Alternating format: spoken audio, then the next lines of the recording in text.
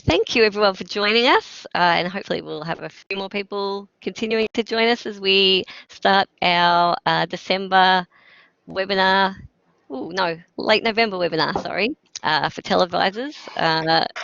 I'm guessing the next one will be Ascolite related, or maybe just a meetup, but we're joined with several people from the ePortforum, ePortfolios Australia ePortforum from 2019 that was held recently, and we're going to start off with Misty Kirby. Misty currently serves as the primary or chief investigator for a national study around unintended consequences in ePortfolio practice, and talking about some of the confidentiality, consent, privacy, and other issues. I won't talk too much about that because obviously that's what she's here to do.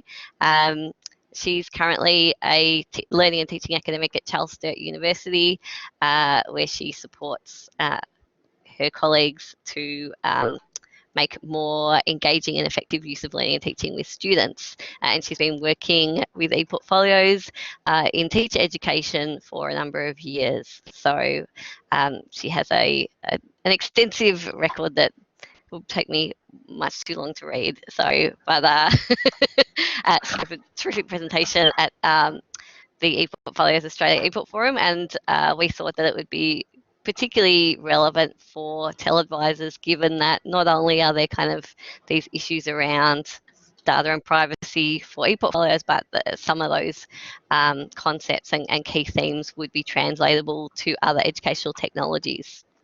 So take it away, Misty.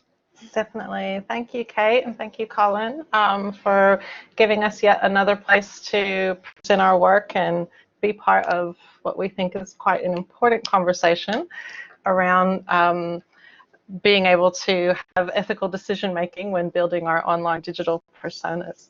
So I'm actually going to talk to you all briefly about two different presentations that my colleagues and I did last week in Canberra. It doesn't seem like that was just last week. And first I'll talk a bit about our study that Kate mentioned around privacy and ethics and unintended consequences of ePortfolio use. And I'll focus really on sort of the next steps and the key points that are worth considering whenever you're implementing digital technologies. And then the other is a bit of a departure, but probably one that's become potentially even more interesting, and that's working collaboratively in a cross-institutional team for scholarship of teaching learning. And that, I think, the key takeaways there, we'll be talking about sort of how to make connections and how to basically collaborate and find ways to work together with colleagues, because I think that we're all sort of better together. So we'll just start very briefly by saying that we are quite a varied team from lots of different places. And when we all, or when several of us came together, it was because there was a problem of practice, and students, it was felt by some of the team members from ePortfolios Australia that students were not really particularly well versed in all online technologies. And there was some concern that students from a secondary data perspective were reusing or repurposing things that they had put in assessments and had consent for, and then repurposing them and sharing them online. So we came together as a group to try to find some ways to tackle this, what we see as this sort of intractable problem of practice to date. And the fact that students are not well versed in all online technologies, and they may accidentally share information that's potentially sensitive in education when you're dealing with children, and in health when you're dealing with medical patients. This obviously is quite a problem. So we decided to pretty well approach a study where we identified every possible consequence of ePortfolio use, intended and unintended. And so today I'll just share a few of findings from that. So in our findings of going and reading the literature and seeing what little was out there, there was sort of the implication that students in health and teacher education courses were going to need a lot more guidance on digital ethics to frame their decision making as we guide our students in building and maintaining their online presence as they enter a professional field. And so I will be right up front and say that our data does come with limitations, that we did use, we did talk about perceptions, we did use surveys, and we used purposive sampling across just 2 faculties, health and education in 7 Australian universities. So we wanted to understand what was going on and to identify the unintended intended outcomes of ePortfolio practice when it's related to vulnerable groups such as children in schools and medical patients in clinics. So we chose to do a survey, mixed methods, surveys of educators and students across 7 universities. We also went and did further focus group work and interviews with 9 educators across 4 of the universities. And what we found was fairly interesting, but nothing extraordinarily atypical. It was interesting that mostly we seem to have brought ePortfolios into the assessment realm, which is, I think, not where most of us wanted that to go years ago when we started implementing. And here on the left, selected questions about ePortfolio use. Were students provided with advice, written or orally, on what to include in ePortfolios? So some students, some staff members say that they have told students, you know, up to 10 times. But sometimes students still aren't getting the message. And that is, I think, a bit concerning.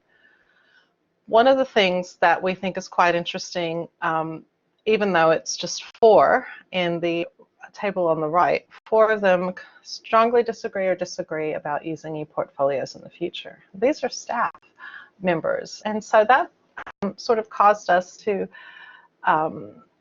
sort of think and want to sort of understand, well, what's going on? Well, educators do seem to believe that the ePortfolio has a positive influence on student learning, and that the industry-based placements are seen as when students go and get artifacts and put them in and hold them and annotate them and describe how they relate to whatever competencies are in the field, that's a really strong experience for students. But there seems to be a mismatch between the advice that students are given and what educators support, because in the student surveys, 30% of them said that they received little to no guidance. And I think that this disparity needs to be further investigated. So there were lots of challenges. I think these are the things that we don't, these will come to no surprise. But we do need to work with students and staff, really, to have clear principles to guide ethical decision making when deciding what to put online. So some of the intended outcomes, which were what we were hoping would come out of this, is that students were required to collect data from vulnerable groups, and that university student learning does seem to be growing over time, and that ePortfolio is one vehicle to capture this across time. So that's going well. However, we do have some unintended outcomes, such as difficulty actually ensuring that students are maintaining confidentiality and privacy of vulnerable groups. And sometimes it's an accident. Students don't always understand the norms, the professional norms and rules when they are first going out on a practicum placement in speech pathology. And shocking that students don't always follow instructions, even if they do get them. I'm sure that's not just students, as people are constantly reminding me. So clearly what we're doing now isn't really working for everyone, because we are having issues. Students do require more support in considering the nature of eProfessional and how that could be applied to safeguarding privacy of vulnerable populations. So we still have a good bit of work left to do.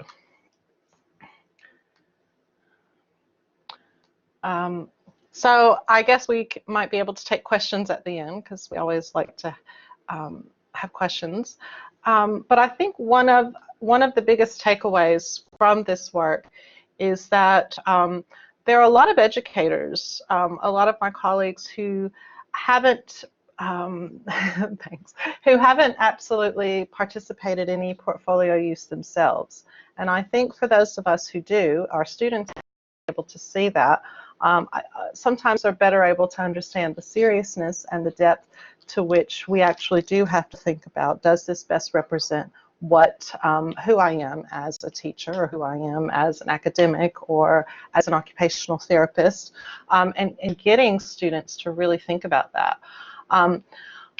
One could conclude that students need more support, but we could also conclude that staff need more support. So this idea of of the institutional support needing to be more purposeful, more targeted.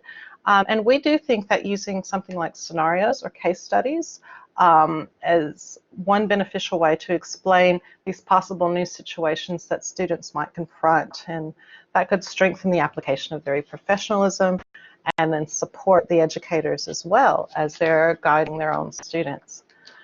So quite a bit of I think interesting things to think about when we're absolutely whenever we are working towards being able to build capacity, and when we're implementing new technologies, because it is quite a challenge to when you're at the beginning of implementation to try to see that far down the road. So I think I will end this. Thank you. And just spend, do we do a couple of minutes on that? Because I just have about 3 minutes about talking about being collaborative. Yep. All right. Yes, you've got we've got a few minutes for questions, so we'll open it up. There's a couple. Feel free to put your hand if you wish to use the microphone. While we're waiting for people to put their hands up, if they do want to use the mic, I might just note what's been listed in the chats. So Tom notes the big takeaway for him was around getting the ball rolling, questions of ethical use, and that some institutions actively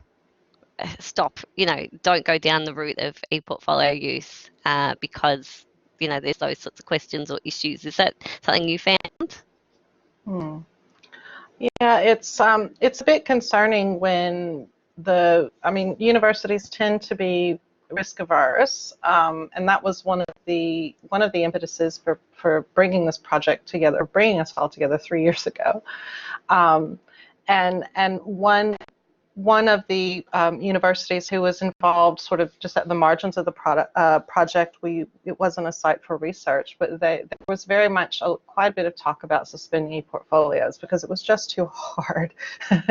And when we think about the purpose of education, we can't sort of agree on that as a society, but it is, that's sort of avoiding the responsibility of teaching people how to be, good digital citizens, and we can't really avoid it.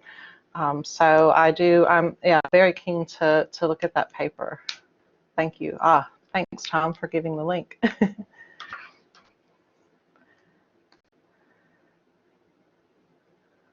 Wendy notes that that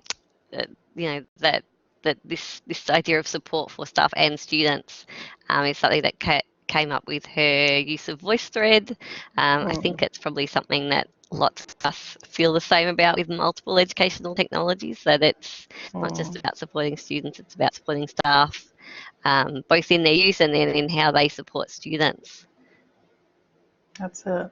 And I note Allison's comment from Notre Dame, that was, this was really what pushed me at the University of Canberra into it, because we started consulting with the Teacher Quality Institute, which is the accrediting body for teachers in the ACT.